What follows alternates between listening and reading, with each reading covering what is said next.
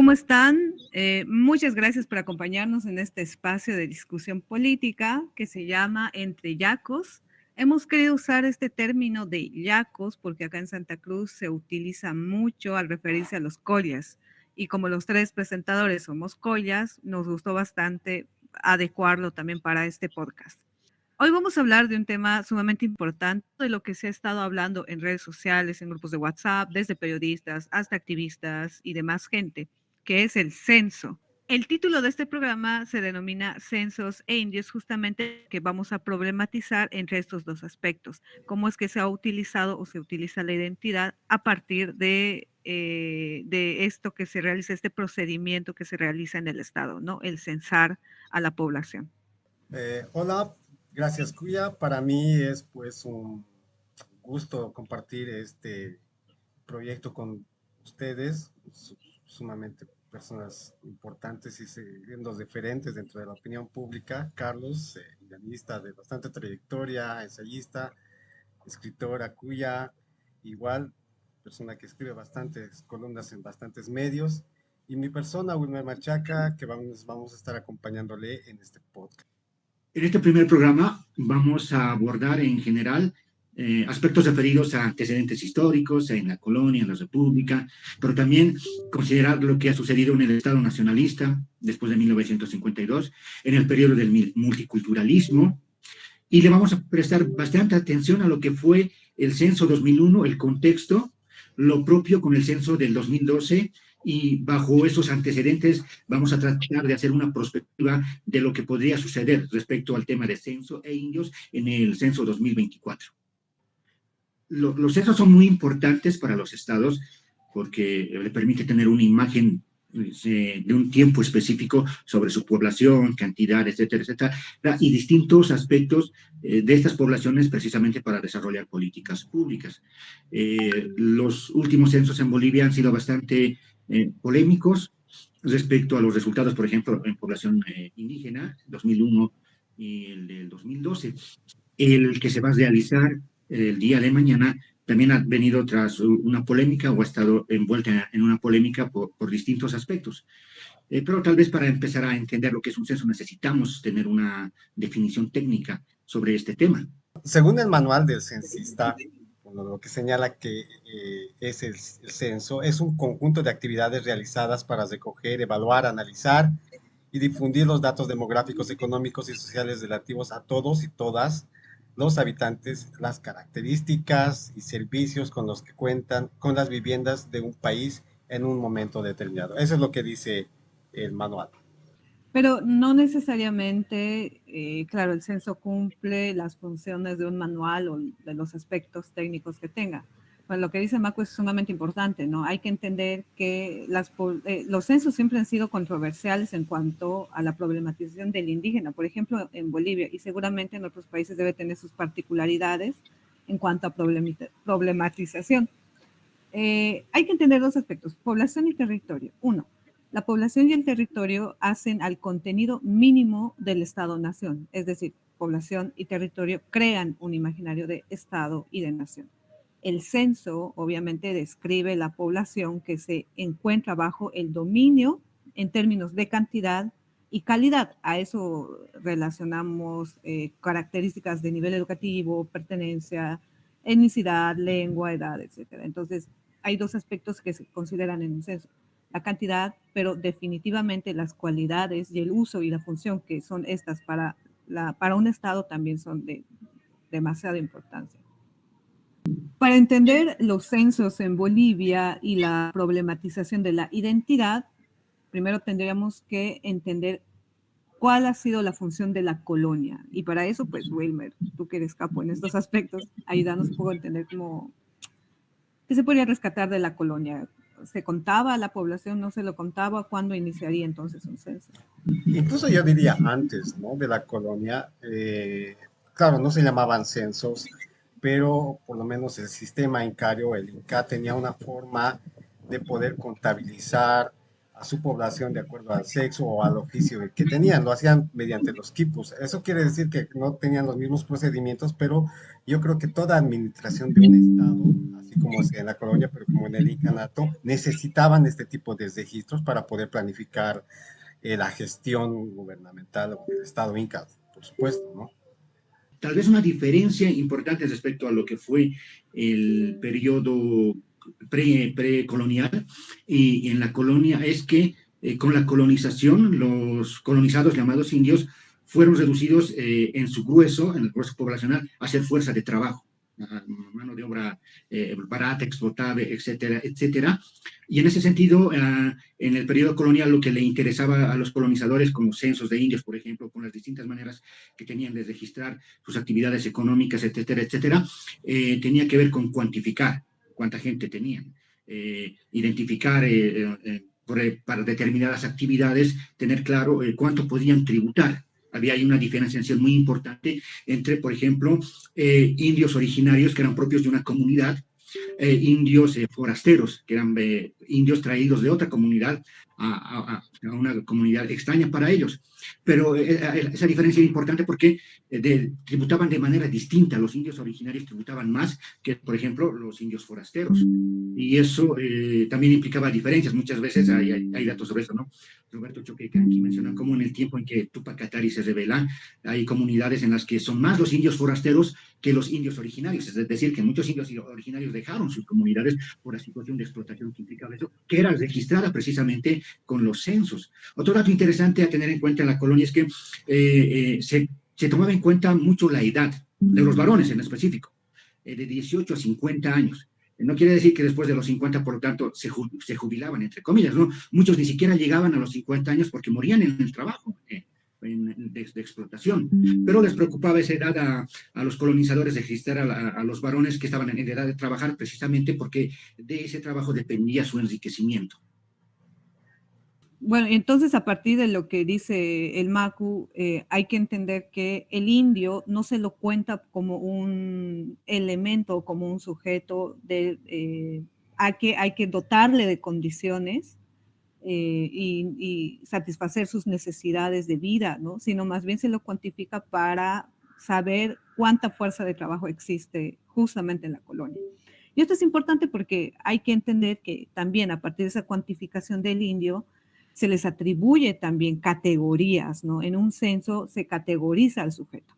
Y en la colonia, obviamente, se los categorizaba a partir de, ¿no? Aparte de entender que eran indios forasteros o indios con tierras, también habían categorizaciones como originario, agregado o yanacona, ¿no? Y también en la colonia hay categorizaciones ya de raza, como españoles, criollos, mestizos y finalmente indios. También yo creo que es importante considerar que en la República hay como cierta continuidad, por lo menos respecto a la preocupación de cuantificar a la población, a los indios, a los indígenas, una preocupación por tener claro con cuánta mano de obra se cuenta. No se realizan propiamente censos, pero sí son como mecanismos administrativos, esa contabilización de indios para tener bien anotado los recursos que se deben generar, cuánto debe tributar esa población. Esto es más importante aún si se considera que Bolivia nace dependiendo del tributo indígena. Y ahí radica la importancia de tener ese tipo de recursos administrativos para contabilizar a los indios, entre comillas. Dos de estos tipos de registros se dieron uno en 1831 y otro en 1839. Y ahí en esos documentos se puede ver la importancia de la población indígena y su tributo. Yo creo que ahí es importante señalar que en el siglo XIX no existían los censos como tal, ¿no? Es decir, lo que, como dijo Carlos, lo que se tenía en ese entonces eran fundamentalmente registros administrativos.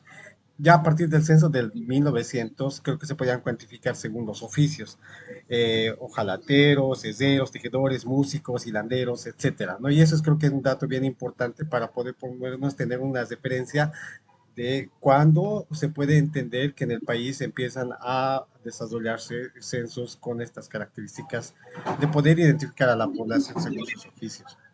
El siguiente censo, luego del que se realizó en 1900, fue en el año de 1950, 5 décadas después. Lo interesante de ese censo es, por una parte, que se identifica a indígenas y no indígenas, no incluye la categoría mestizo, por ejemplo, es un contexto en que está emergiendo el nacionalismo con fuerza en el país. Pero por otro lado es también que se incluye el tema de la lengua, algo que después va a ser muy importante para clasificar, identificar, digamos, pertenencias étnicas, etcétera, etcétera. Entonces, ya en los años 50 tenemos ese atisbo, por ejemplo, la identificación de la lengua mediante un censo. Y eso es un dato importante, ¿no?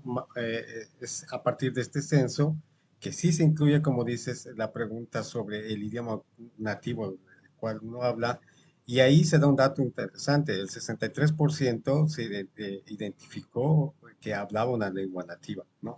Y eso es un dato importante porque es un tránsito de cómo se interpreta lo indígena, que estaba sumamente caracterizado por lo racial, pasa a tener una cierta relación con lo lingüístico, ¿no? Con el idioma fundamentalmente, por lo menos en esta etapa.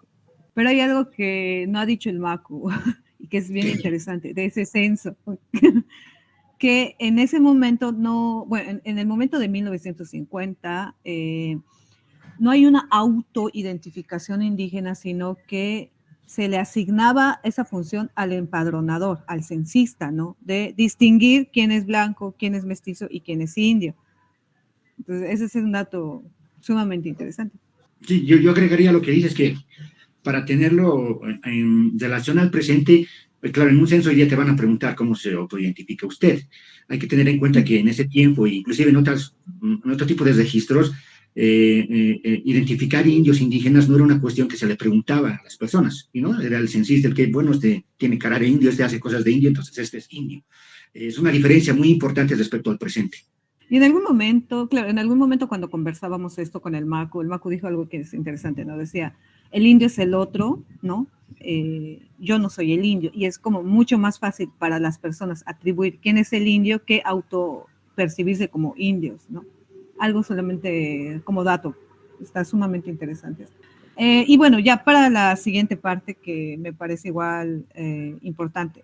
En estas 2 décadas posteriores, bueno, en estos 2 censos hay como una relación del indio a partir de la raza, pero también a partir de la lengua. Pero si hablamos de raza, de lengua, siempre hay que entender igual el proceso de Bolivia a partir de la Revolución Nacional que se generó en 1952, ¿no? Fue a partir de la revolución, de esta revolución, que ya no hay categorías étnico-raciales, a partir de lo indio, lo indígena, lo blanco, etcétera, ¿no?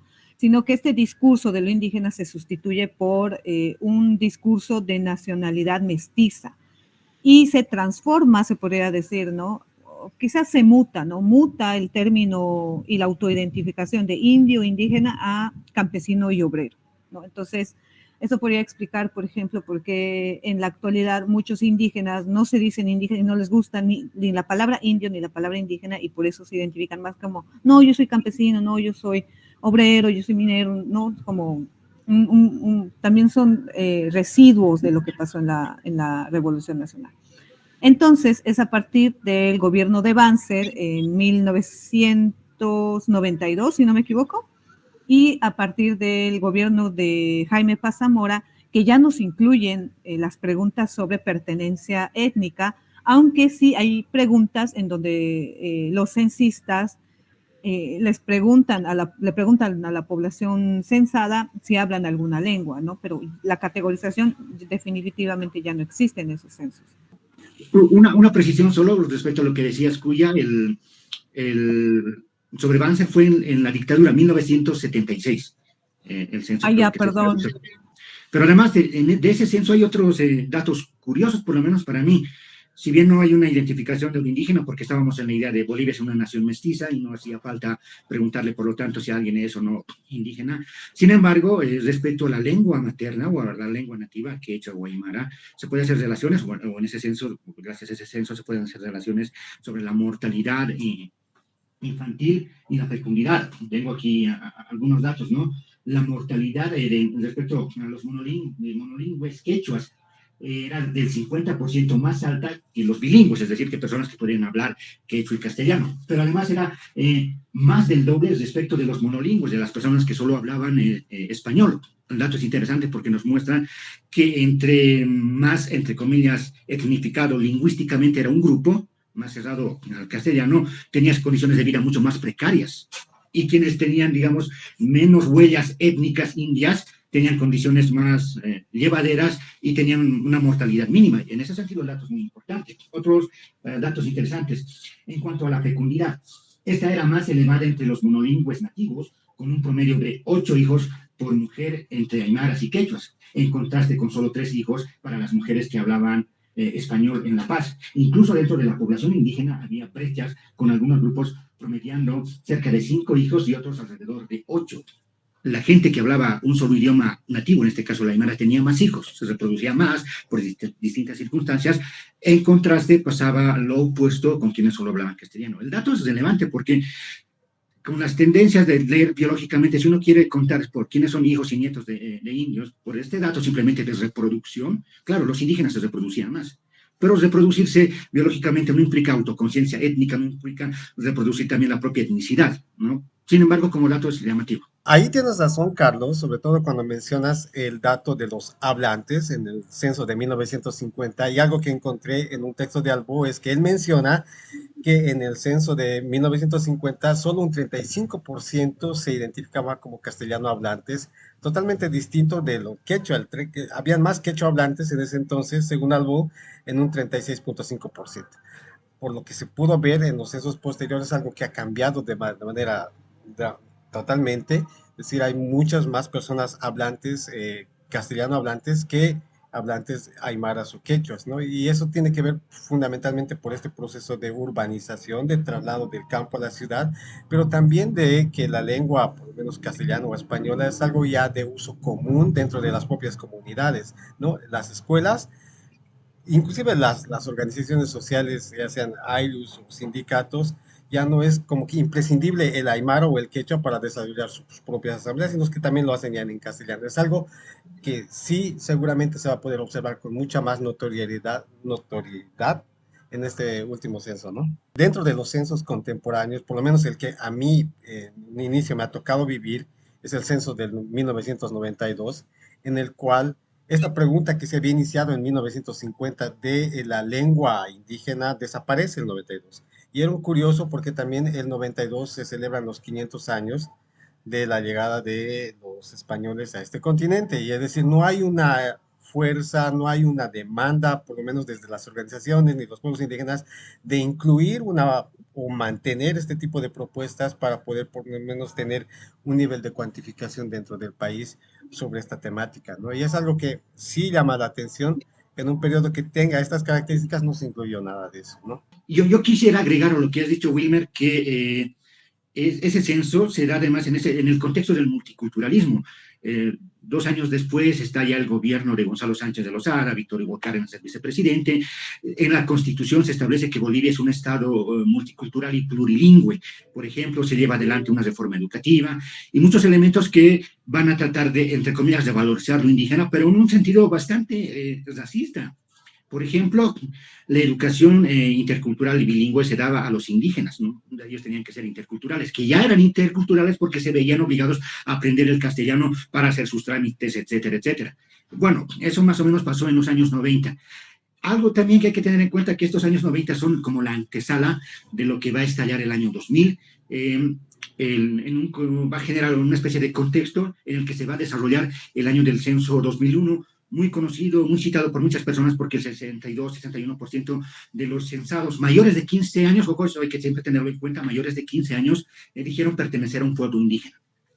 También esto hay que recalcar, pueblo indígena, no se hablaba de pueblo indígena originario de campesinos, eso viene después. Pero hay que tener en cuenta qué pasaba en ese contexto.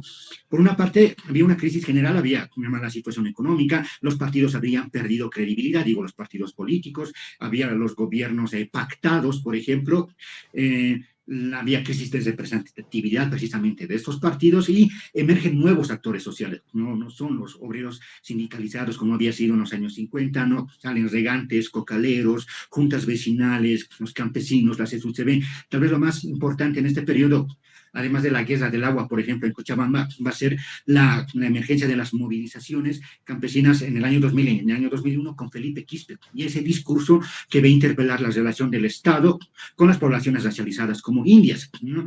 En esa situación de descontento general y en esta emergencia de nuevos actores sociales, se va a posicionar la identidad indígena, desde mi punto de vista, como una identidad política, ¿no?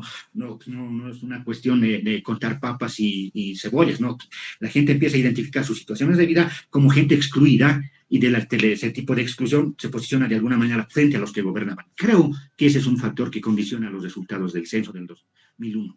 Bueno, complementando justamente con lo que decía Carlos, sí, en ese momento justamente había una crisis de representatividad y también una crisis de confianza de población que se veía subordinada frente al Estado. Y es en esos momentos de crisis en donde la población boliviana acentúa más su autoidentificación indígena. Tal vez eso podría explicar que el 2001 había mayor concentración de personas autoidentificadas indígenas, ¿no? Porque se acentúa la identidad como una forma de resistencia frente al Estado, ¿no? Es decir, yo soy indio, yo soy indígena, bueno, no indígena en este caso, pero yo soy indio o soy aymara o soy quechua, ¿no? Principalmente con la identificación aymara, ya que Felipe Quispe efectivamente sí había generado un impacto y le ha dado poder a la identidad con un discurso de soy aymara, soy indio, ¿no? Que se contraponía al cara, ¿no? Que era como el emblema, la figura de poder del Estado. Y es curioso, por ejemplo, que en el 2001 justamente la pregunta del censo se plantea de esta forma. ¿Se considera perteneciente a alguno de los pueblos originarios o indígenas siguientes? Quechua, aymara, guaraní, mojeño, chiquitano, otro nativo, ninguno. Y de hecho la pregunta es curiosa porque aquí no hay alguna característica de campesino originario y además también se podría considerar que se acortan las posibilidades de opciones frente a la gran cantidad de opciones indígenas que se concentran en el censo de 2012. Y a partir de esta pregunta es que los resultados recaen en una población con mayoría indígena, ¿no? Un 62% de la población boliviana se consideraba indígena y perteneciente a alguna de estas naciones nombradas. Esto quizá posibilitaría y le daría paso a legitimar un Estado plurinacional con la justificación de que hay una mayoría indígena, pero además diversa en la constitución del Estado. La autoidentificación indígena en aquellos años, 2001, yo lo pongo en un contexto más amplio. Por ejemplo, 2005, el triunfo electoral del MAS. Rafael Loaiza es un trabajo interesante cuando relaciona autoidentificación étnica, preferencia electoral, pobreza, lengua materna, y encuentra que el grueso de la población que se autoidentifica indígena, que está en pobreza o que tiene una lengua materna, vota por el MAS. En ese sentido, se puede leer el censo del año 2001 como un síntoma de una identidad política que se está formando entre la gente. Por eso para mí es importante remarcar que se trata de un posicionarse frente a los gobiernos tradicionales, a la gente que tradicionalmente se enriquecía, y en ese sentido la gente remarca, me da la impresión en ese censo, la idea de nosotros no somos de los privilegiados. Como nosotros no somos de los privilegiados, para usar una frase que alguna vez dijo, por ejemplo, Jaime Pazamora, de los culitos blancos. ¿No? La gente no era de los culitos blancos y por lo tanto era de los culitos no blancos, los culitos indígenas, pónganle ya, o como quieran. Y en ese sentido, identificarse como indígena, identificarse como los que no se benefician del poder. Y en ese sentido también se piensa como mayoría. Y esa mayoría, nos guste o no, también luego beneficiará electoralmente al movimiento al socialismo en 2005, quien va a cosechar esa politización de la etnicidad que ya se detecta en el censo del 2001. Y ahí yo quisiera darle pie a Wilmer, porque el Wilmer en este podcast va a cumplir una función importante de darnos datos y además contrastar estos dos censos. A ver, Will, ¿qué nos tienes? Lo que se señala aquí es bien importante, es decir, el censo del 2001 no existía Estado plurinacional y como se menciona, cuya hay un 62% que se autoidentifica como indígena, ¿no? Y eso genera no solamente un número, no es un solo dato cuantitativo, sino es que ese dato cuantitativo sobre todo genera un proceso político, genera, digamos, una política de Estado a partir de ese entonces. Pero lo interesante aquí también dentro de la pregunta en ese entonces es que como no existía toda esta diversidad de pueblos a los que se menciona hoy, por ejemplo, o se lo mencionó en el 2012, en la pregunta censal eran como 4 o 5, ¿no? Los que se mencionan aymara, quechua, guaraní, mojeño, chiquitano y no hay más, ¿no? Y ese 62% fundamentalmente se lo representa o se lo entiende por la presencia masiva, significativa de la gente que se autoidentificaba como quechua y aymara, ¿no? Ese 62% tiene en su mayoría, no sé, que ver con esos dos pueblos, ¿no?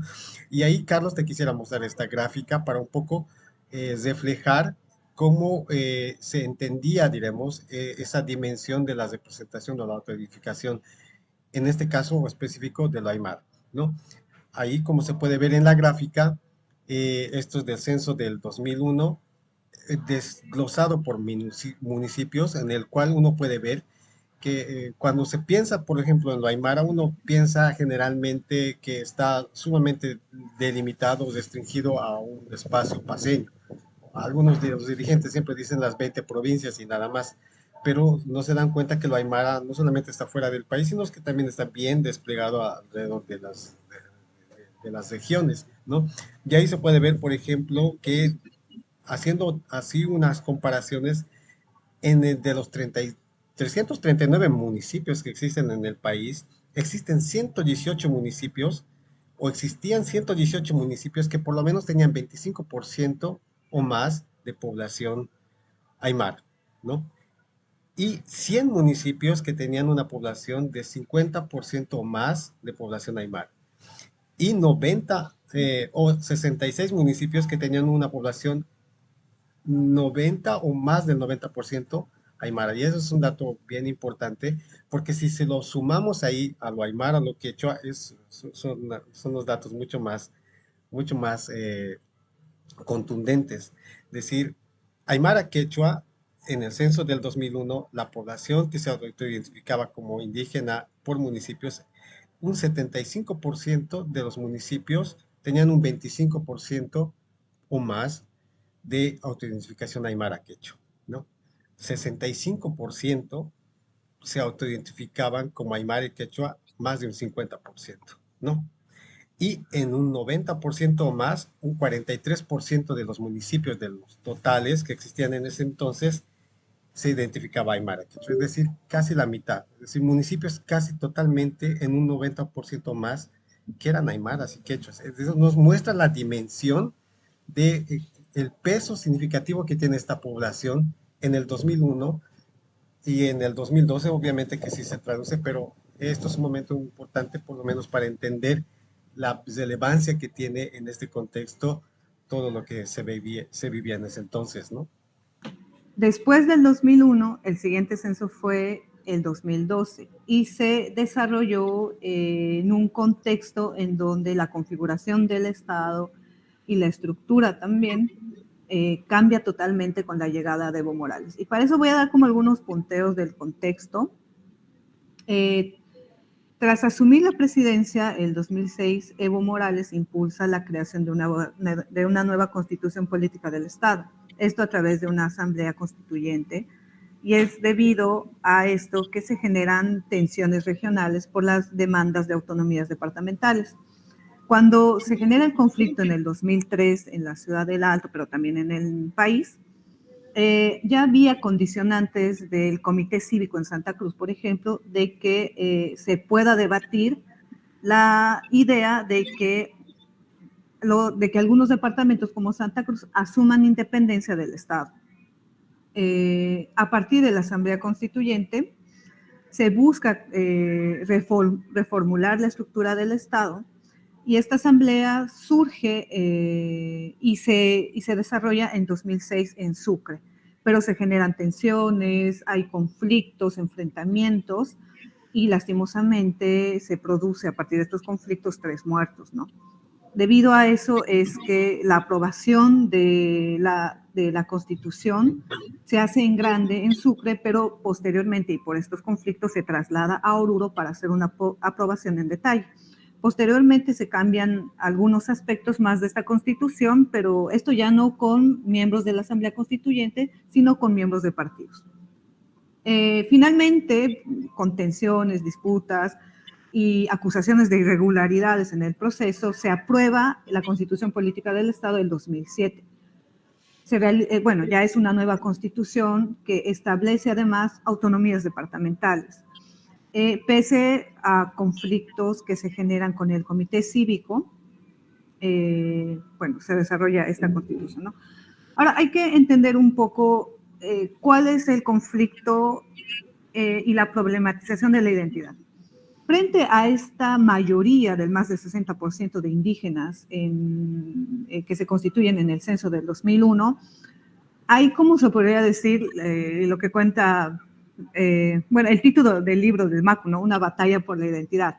Una identidad que se disputa el gobierno de Evo Morales a partir de lo indígena y una resistencia de departamentos con autoridades opositoras, como el Comité Cívico, Rubén Costas, y otras autoridades departamentales, se genera como una resistencia frente a esta nueva identidad del Estado plurinacional.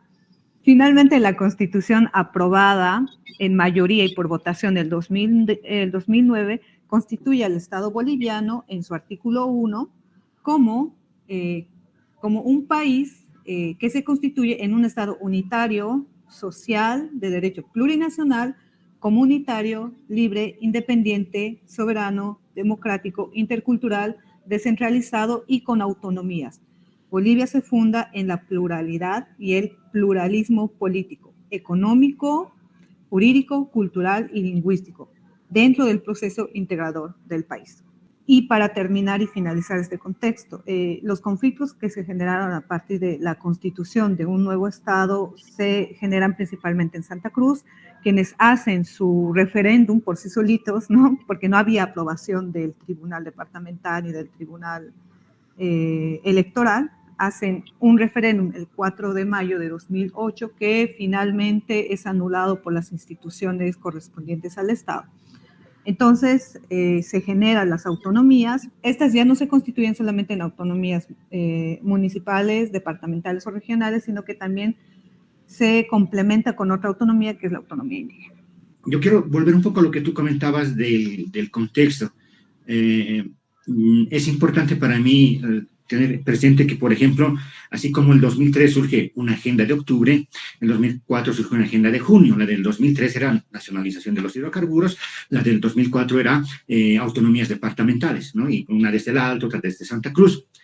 Y ahí hay una disputa de fuerzas, ya se da un cabildo, la del 2004 surge también en un cabildo. El 2005, a mí me da la impresión que la idea de asamblea constituyente precisamente va a pegar, es donde toma cuerpo esta idea, digo, en grandes sectores, había instituciones que trabajaban sobre ello, pero no era una demanda general.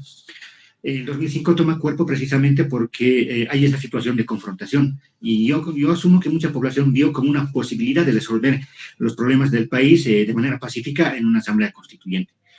Otro aspecto que me parece importante también, este respecto de los antecedentes, es tener en cuenta que en la medida que se había conformado una mayoría indígena, que no solo se podía leer en los censos, no solo podía decir aquí hay 62%, sino que se podía ver en movilizaciones. Había una movilización grande de sectores sociales que, por su origen social, sea o no por autoidentificación, pero estaba vinculado a poblaciones étnicamente diferenciadas. En ese sentido, ahí se perfila a una mayoría política que se va a manifestar el 2005, pero en ese mismo contexto, antes del triunfo del MAS en el año 2005, se va también a posicionar frente a la idea de autonomías departamentales, como una respuesta a las autonomías departamentales, la idea de autonomías indígenas, como una respuesta política en específico en el MAS, más que como un programa propio del gobierno que lo asuma, no, se trata de responder, o se trató de responder a las demandas de la oligarquía cruceña, muy en específico. Eso también condicionó el desarrollo posterior de la Asamblea Constituyente, porque en la medida que se tenían que trabajar las autonomías departamentales, ya la bandera de las autonomías indígenas también había agarrado cuerpo y varias personas habían apostado por esto y había que responder, insisto, al bloque opositor al gobierno. Otro aspecto a tener en cuenta también, que es que en ese proceso, en el contexto del 2000 y 2005, en el que se da el censo del 2001, lo indígena se piensa como mayoría. En el contexto que se va a ir dando desde la Asamblea Constituyente y hasta la actualidad, con el Estado plurinacional, lo indígena va a pasar a ser reconocimiento de minorías. Yo creo que eso se puede ver también en la pregunta del censo, que la tengo aquí a la mano, del censo del año 2012.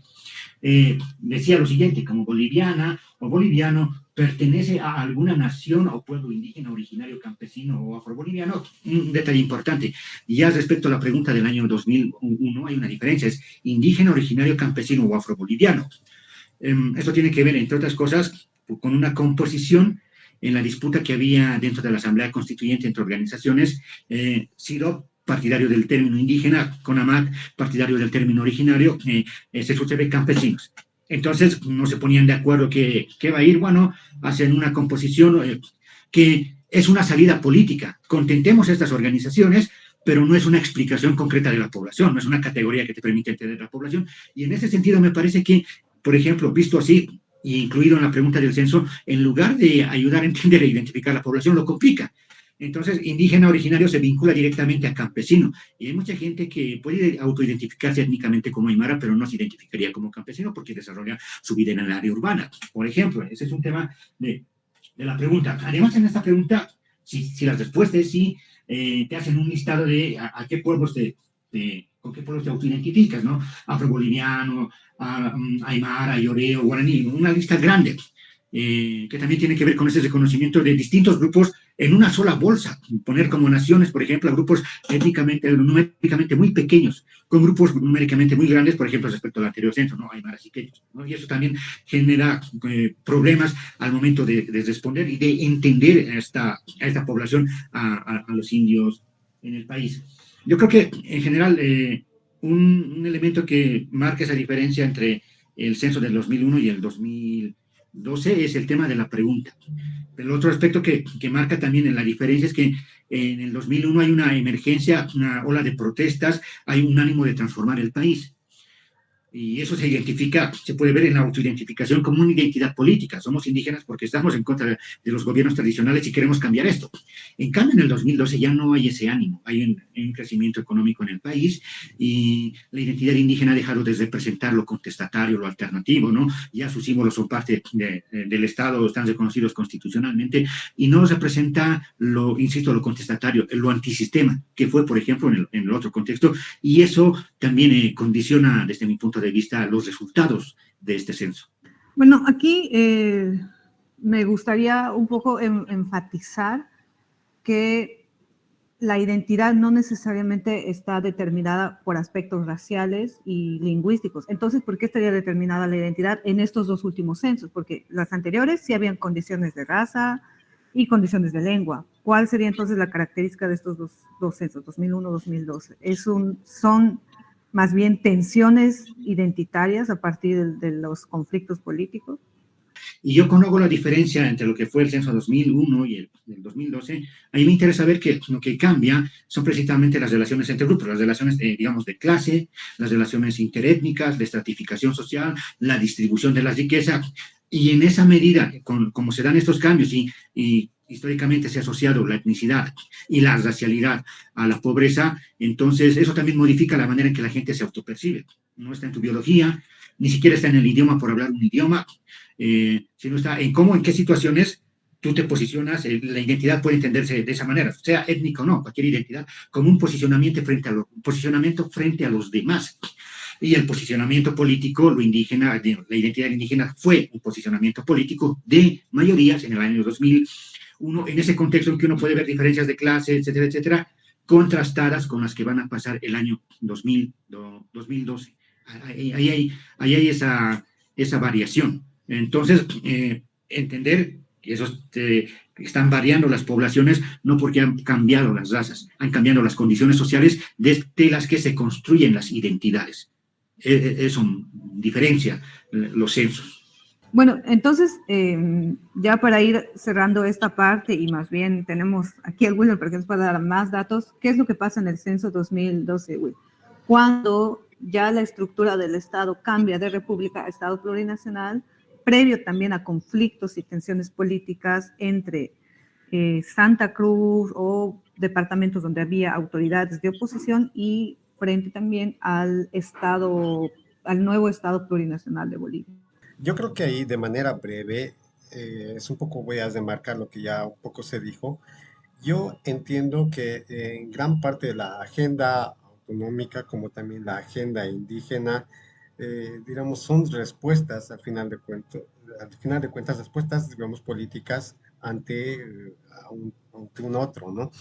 Entiendo que, por ejemplo, después del 2005, 2003 o 2005, la primera respuesta que se tiene desde la región o desde los grupos que en alguna medida en ese tiempo se estaban gobernando ha sido la demanda de las autonomías y los cabildos, ¿no? Es una forma de contener tal vez un proceso político del cual se veía a venir y del cual tal vez hubiesen sido vistos afectados sus intereses. Eso es un poco claro.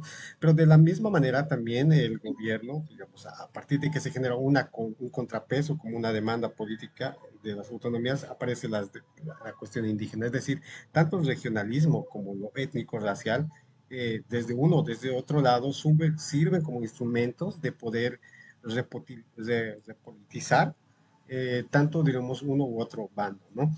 Y esto tiene que ver también porque posteriormente, digamos, ya cuando existe el MAS, cuando el MAS está en el gobierno y viene el censo del 2012, entonces todos estos elementos, digamos, que se habían configurado hasta antes de este periodo, es decir, carecen, pierden, ¿no? De esa fuerza y de esa legitimidad que tenían en ese entonces, ¿no? Hay un decrecimiento significativo de la población que se identifica como indígena, no tanto en las cantidades, sino en los porcentajes respecto a la totalidad de la población, ¿no? Baja del 62% del censo del 2001 a un 41% en el censo del 2012. Y no es que las personas hayan dejado haya decrecido, sino es que ha habido un incremento significativo, pero eso no representa, digamos, ese mismo porcentaje que tenía en ese entonces, en el 2001, respecto a la población en total. Y eso fundamentalmente tiene que ver por un aspecto, ¿no? Digamos, algo que seguramente lo voy a ver un poco más adelante a detalle, que tiene que ver con la población fundamentalmente urbana, pero joven, que no se siente motivada, no se siente un poco interpelada para poderse identificarse como indígena dentro de este nuevo censo, ¿no? Y otro aspecto, y esto es un poco que quisiera mostrar la siguiente gráfica, eh, es el decrecimiento que tuvo la autoidentificación indígena en las ciudades capitales, ¿no? Ciudades capitales me refiero fundamentalmente a La Paz, Oruro, Sucre, Cochabamba, Santa Cruz, etcétera. La mayoría de estas ciudades con un pasado, un inicio colonial, ¿no? Algo que no se vio en otras ciudades que también son importantes en población como Quillacollo, Vinto, o El Alto, o Montero, etcétera, no hubo este decrecimiento tan significativo, ¿no?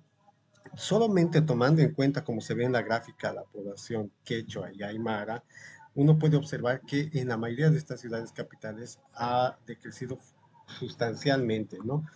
Algo que llama poderosamente la atención es en el caso de la ciudad de La Paz, ¿no? En la ciudad de La Paz hay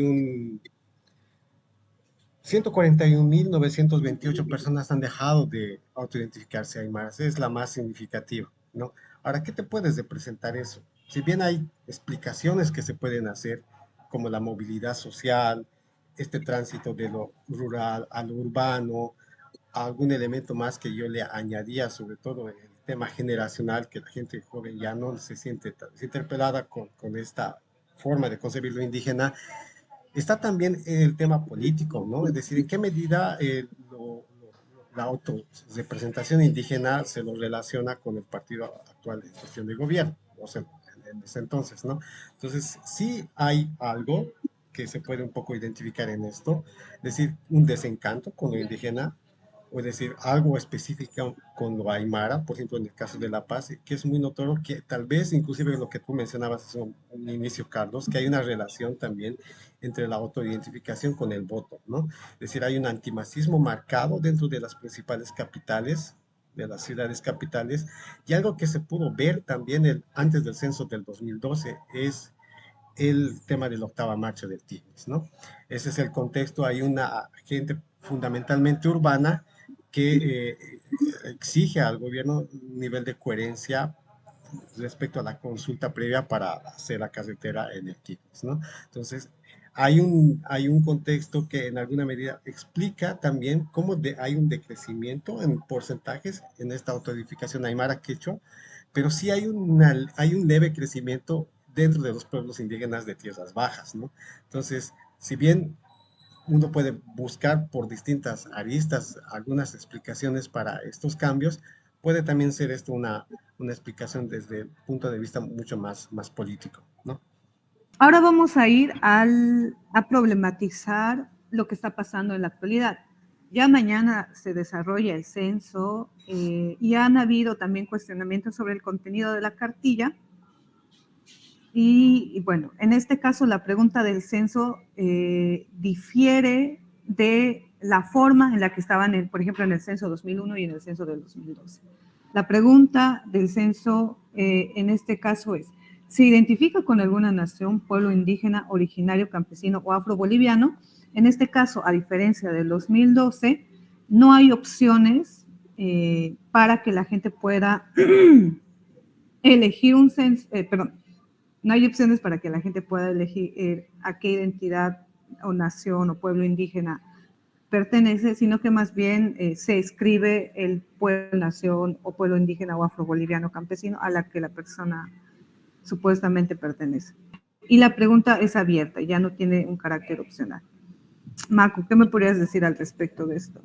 Yo creo que hay que tener en cuenta que este censo se va a relacionar directamente o por lo menos políticamente se lo va a leer así en los resultados, a la legitimidad del Estado plurinacional. Y esto pasó en el año 2012, en tanto los indígenas eran 20% o algo más menos que el del censo 2001 y por lo tanto se cuestionaba la legitimidad del Estado plurinacional. Los opositores al MAS cuestionaban eso en el entendido de que si los indígenas ya no son mayoría, o entonces no tendría razón de ser el Estado plurinacional. Si uno ve, por ejemplo, la tendencia entre el 2000 y el 2012, 2001, 2012, hay una tendencia decreciente en el porcentaje indígena, y si considera que son las personas mayores de 15 años las que han expresado su autoidentificación étnica, quienes en el censo 2001 tenían entre 4 y 14 años, lo hicieron de otra manera. Hay un cambio generacional en el siguiente censo. Y quienes en el anterior censo, 2012, tenían igual esa edad entre 4 y 14 años, van a expresarse en este censo. Y ellos van a hacer variar los porcentajes de manera importante, porque en la medida que hemos tenido cambios sociales en el país, las aspiraciones de las nuevas generaciones no son las mismas que de sus padres, no tienen la misma lectura de la realidad, y en ese sentido también la manera de autopercibirse no es la misma que la hacía el papá o el abuelo. O sea, esa otra generación en otras condiciones se va a expresar de otra manera, pero también en ese mismo sentido de cambios generacionales, de esos grupos que no se expresaron en los anteriores censos y lo van a hacer en este censo.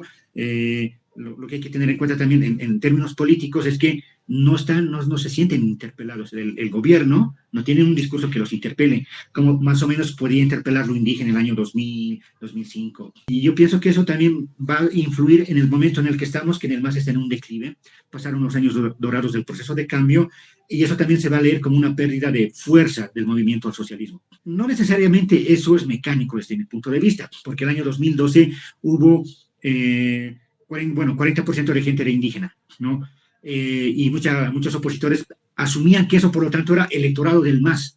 El MAS ha reducido, es ahora 40%, y sin embargo, en las elecciones del 2014 ganó con el 61%, ¿no? Tampoco se podría leer tan mecánicamente que porque alguien se autoidentifique indígena necesariamente es electorado del MAS, o quien nos identifique como indígena no necesariamente es electorado del MAS. Yo considero que es inevitable que el censo tenga una especie de plebiscito o relación con política.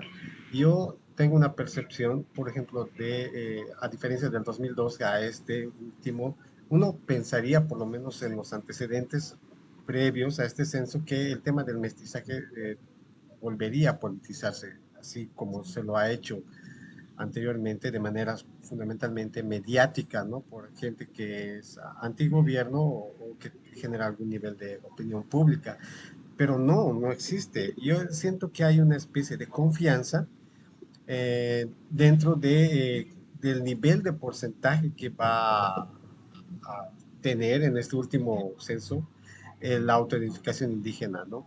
Y para ello quisiera mencionar algo, y ahí también hay un cuadro, una gráfica que se puede ver.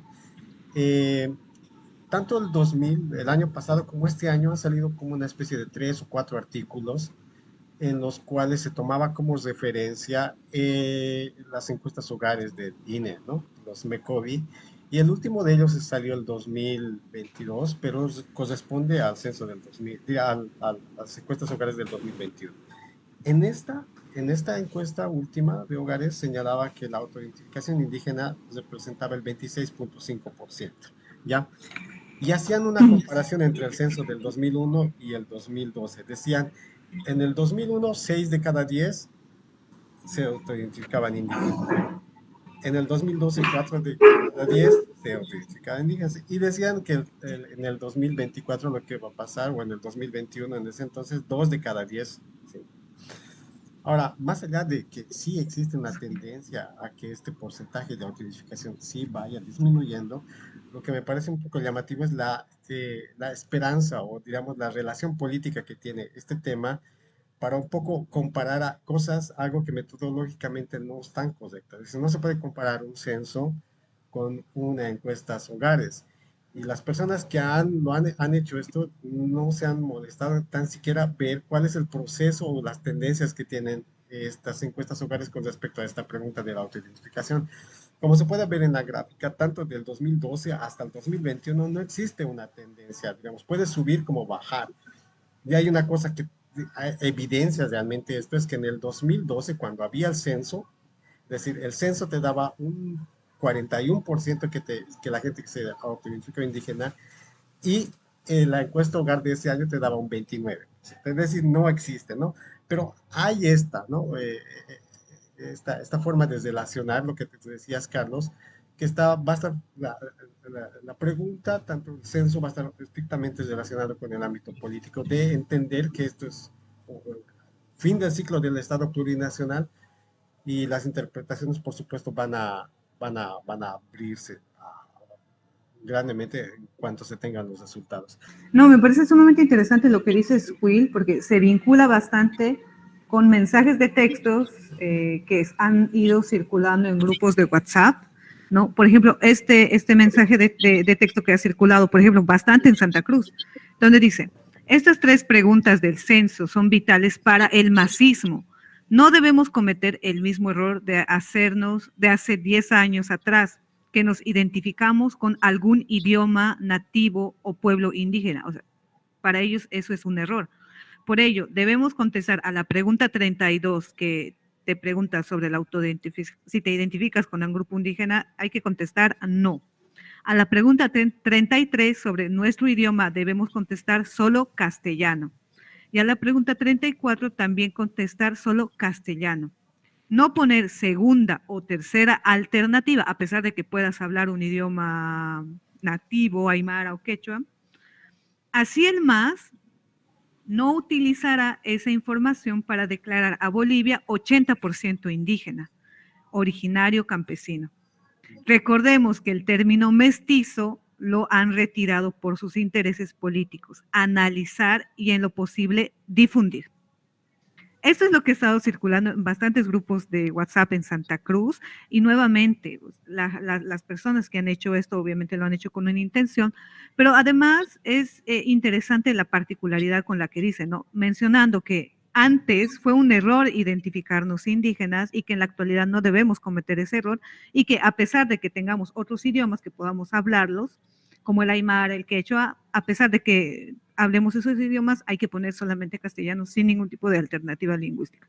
Nuevamente se relaciona la lengua con la identificación indígena, a pesar de que sabemos que esta no necesariamente condiciona a una persona para que sea perteneciente a una nación, a una etnia, y nuevamente el imaginario de que indígena igual más.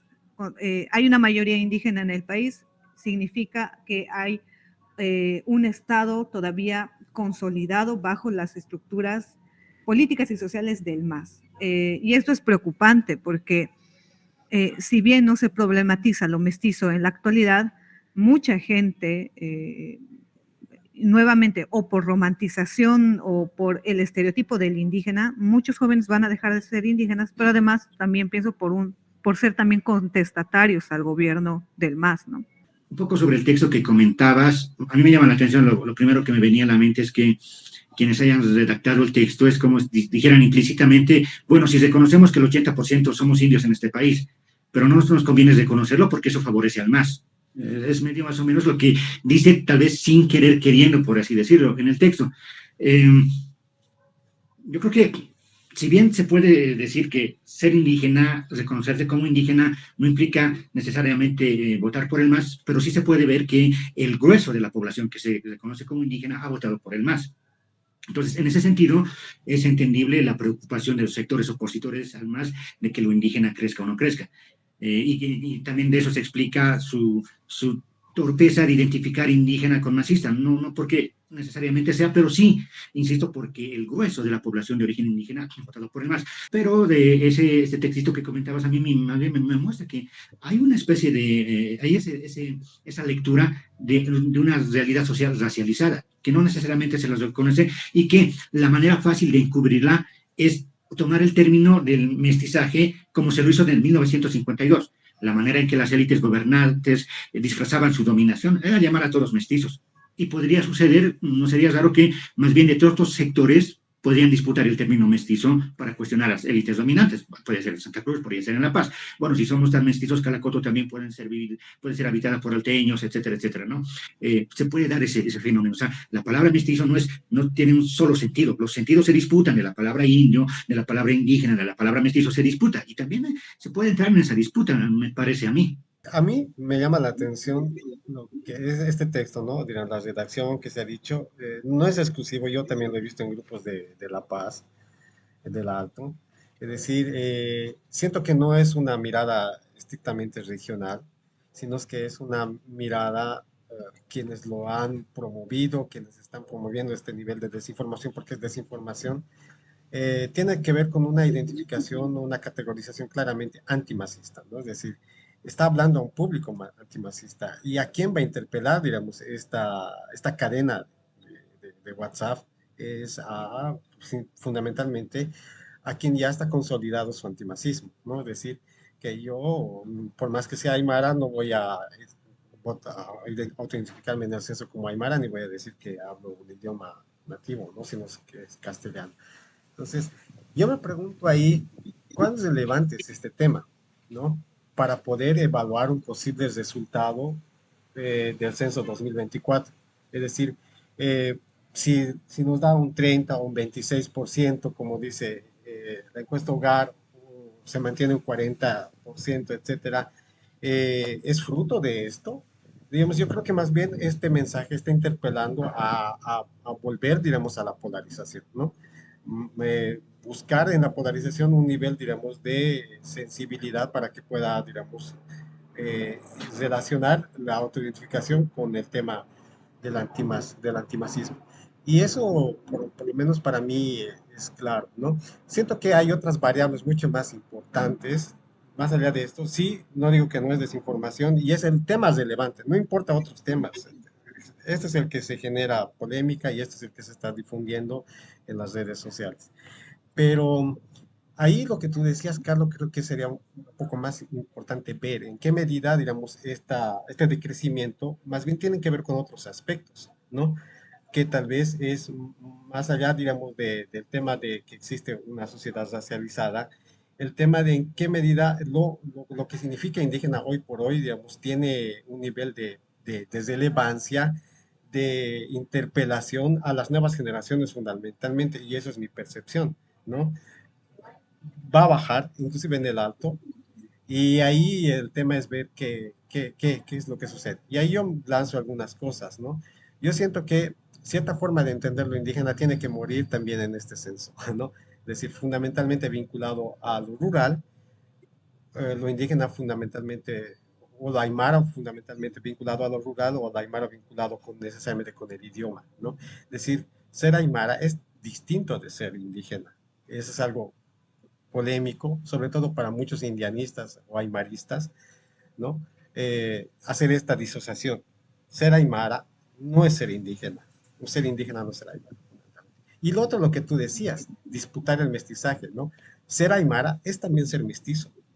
Y es algo que necesariamente a partir de los resultados, imagino que va a tener que generarse un debate interno también, un debate político, porque al final es mantenerse en una estructura que al final de cuentas te va a llevar a la extinción, ¿no? Es decir, los aymaras, una nación, no es un pueblo minoritario como siempre se lo ha pensado.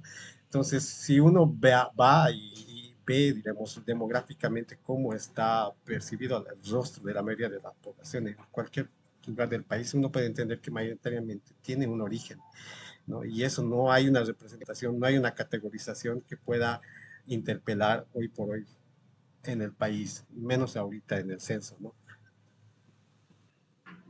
Y justamente tengo algunos datos bien interesantes sobre eso. El informe de Oxfam sobre la igualdad es posible de 2022 hizo una pregunta justamente sobre el mestizaje. A la población encuestada le preguntó si tenía alguna autoidentificación étnica y el 32% dijeron que son mestizos nomás.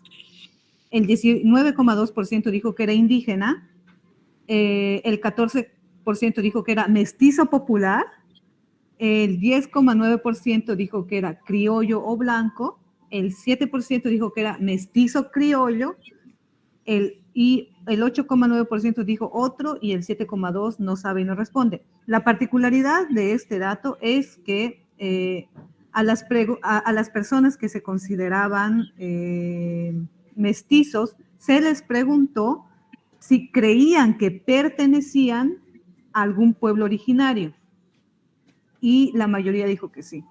El 27,7% dijo que pertenecía a la nación quechua, el 19,7% dijo que pertenecía a la nación aymara.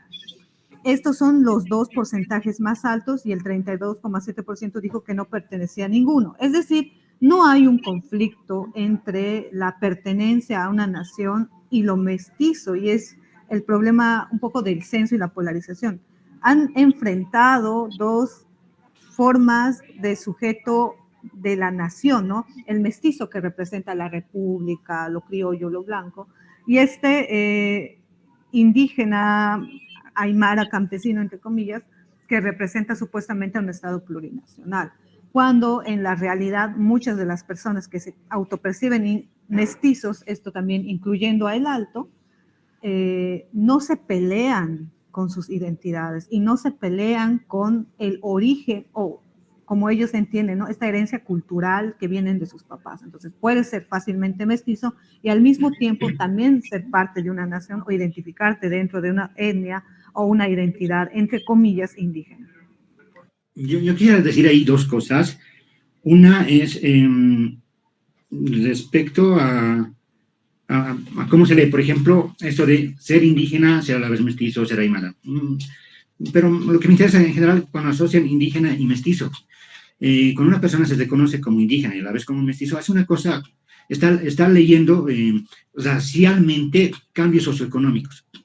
Soy mestizo, pero también tengo origen indígena, no niego, o sea, era pobre, pero ahora también soy profesional. Muchas veces esta asociación entre ser indígena y ser mestizo está relacionada a ese proceso de transformaciones sociales, que por el orden social racializado le damos ese sentido. Entonces, aunque el indígena cuando cambia, ascendido socialmente, le pone el término mestizo, ¿no? Tiene que ver con eso. Por eso para mí no me extrañaría que haya personas que reconozcan su origen social, pero también reconozcan el cambio que han sufrido, que ya no trabajan en la tierra, que ya no viven en el área rural, o que se han profesionalizado, o que son empresarios. Están leyendo racialmente cambios sociales, por una parte. El otro aspecto que me interesa tocar es que las identidades pueden ser étnicas o bien raciales, étnicas en tanto aymara, raciales, indígena, mestizo, eh, eh, tienen relevancia o tuvieron relevancia en Bolivia el 2000, por ejemplo, 2001 en adelante, en tanto eran resistencia a algo, frente a algo. Había limitaciones en la movilidad social, el racismo era más marcado, se denunciaban las diferencias económicas, etcétera, etcétera. Sin embargo, en los últimos años ya no vivimos tan fuerte eso. Si bien en el 2000 podríamos decir, mira, la mayoría de los que gobiernan son caras, tú ves el parlamento, etcétera. Hoy día no puedes decir eso. Las instituciones estatales están plagadas de gente de origen aymara, étnicamente dicho, o racializadas como indios. Entonces, asumirse como aymara o asumirse como indígena no es una identidad de resistencia que promueva, por lo tanto, un futuro donde sea distinto, ya no es una limitación. Y en ese sentido tampoco les es necesario a muchas personas que pueden tener origen aymara o indígena remarcar su diferencia, porque sienten que eso no hace falta, porque en los espacios donde están gente como ellos. Vale la pena marcar que eres diferente cuando la mayoría es como tú, ¿no? Sobre el mestizaje y que tú lo mencionabas, a mí me parece un poco también, me parece importante recalcar esto. Antes se creía que el mestizo, o por lo menos que alguien se identificaba mestizo, con la intención de ocupar un espacio privilegiado o ascender de forma, no sé, más cercana a lo blanco, ¿no? Como este acercamiento del mestizo más cercano a lo blanco. Y claro, lo cholo era como este mestizaje, entre comillas, pero más cercano a lo indio, ¿no? Y yo pienso que es necesario entender también que este, entre comillas, nuevo mestizaje no necesariamente quiere blanquearse, ¿no? Que sí puede ser una forma de ascender, pero no necesariamente la utilidad que se le da a esta identidad de mestizo es blanquearme yo, sino entender que salgo del molde del indígena, ¿no? Rural, pobre, plurinacional, etcétera, o romantizado también como sujeto. Ahora, bueno, eso me parece para mí interesante un poco entender el mestizaje desde ese aspecto. Lo segundo que tú habías dicho, Macu, que no recuerdo que, ay, creo que se me olvidó. Bueno, pero en realidad esto sí, la bolivianidad. Yo estoy totalmente de acuerdo. De hecho, cuando en Santa Cruz tú buscas un discurso alternativo frente a Locamba, ¿no? Como este sujeto que es originario de Santa Cruz y que tiene que viene de un origen español y demás. Tú buscas como un discurso alternativo frente a ese bagaje histórico, literario, político que le han dado al Camba, y no te encuentras con un discurso alternativo que se acolla, y eso es interesante, porque tú te imaginas y dices, no, entonces la contraposición a Locamba es Locolla. No, yo creo que ahí enfatizo mucho lo que tú dices. La gente ya no está buscando diferenciarse en la actualidad, ni como colla, ni como migrante, ni como soy aymara. Simplemente el discurso que confronta a Locamba es lo boliviano, ¿no?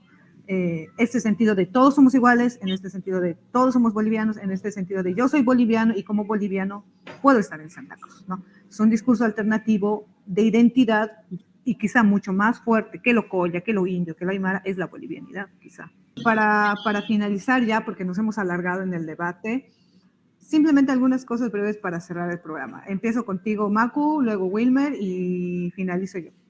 Ya, yo diría para cerrar, entre las cosas que se nos quedan en el bolsillo y no lo hemos podido exponer, es que independientemente de los resultados sobre la población indígena o que identificar indígena, lo que no hay que perder de vista es que muchas personas recurren a su pertenencia étnica de maneras inconscientes para hacer negocios, etcétera, etcétera. Y no necesariamente eso va a estar plasmado en el censo, no se va a leer cómo la gente construye, por ejemplo, su riqueza, los comerciantes aymaras. Y por el hecho de no estar registrado en el censo no quiere decir que no exista. ¿Qué quiero decir?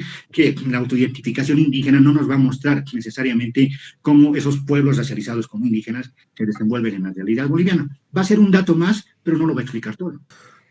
Yo diría que esta idea del indio en busca del poder y es algo que ya se puede ver materializado en distintos niveles, no solamente políticos, sino también económicos. Es decir, el indio ya está en el poder y creo que esta representación, sobre todo subalterna, del indígena pobre, del indígena víctima, fundamentalmente, es algo que ya, algo que no solamente que muestra sus límites, sino que es algo que se tiene que superar, ¿no?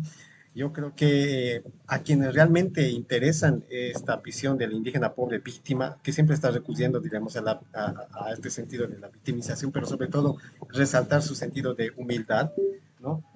Fundamentalmente no es tanto para la gente que pueda ser tal vez tu par, ¿no? Es decir, otro como tú, un aymara, un cuya, un quechua, etcétera, ¿no? Sino es que es una representación que gusta sobre todo a la cooperación internacional o al otro, ¿no? O al blanco con sentido de culpa, ¿no?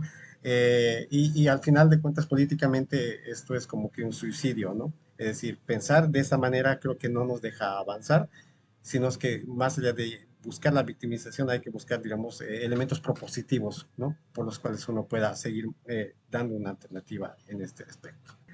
Yo, bueno, me hacía algunas preguntas en toda esta charla y conversación que hemos tenido, ¿no? Si ya vale la pena seguir estando en esta batalla por reafirmarnos aymaras o indígenas, o más bien hay que disputarse otras identidades como la identidad boliviana, ¿no?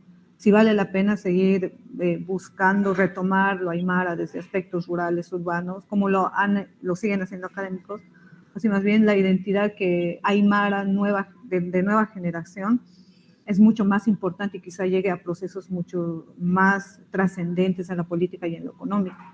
Bueno, me quedo con esas preguntas, ¿no? Entonces, ¿qué tipo de identidad se está disputando ahora? Porque antes era la disputa de la identidad era lo indígena, ¿no? ¿Te seguirás disputando esa identidad en este nuevo censo y si vale la pena recurrir también a analizarlo desde aspectos culturales? Bueno, nada más. Muchas gracias por acompañarnos en este programa que se llama Entre Illacos. Esperemos que podamos debatir otros temas y nada más. Muchas gracias y que sea hasta otra oportunidad.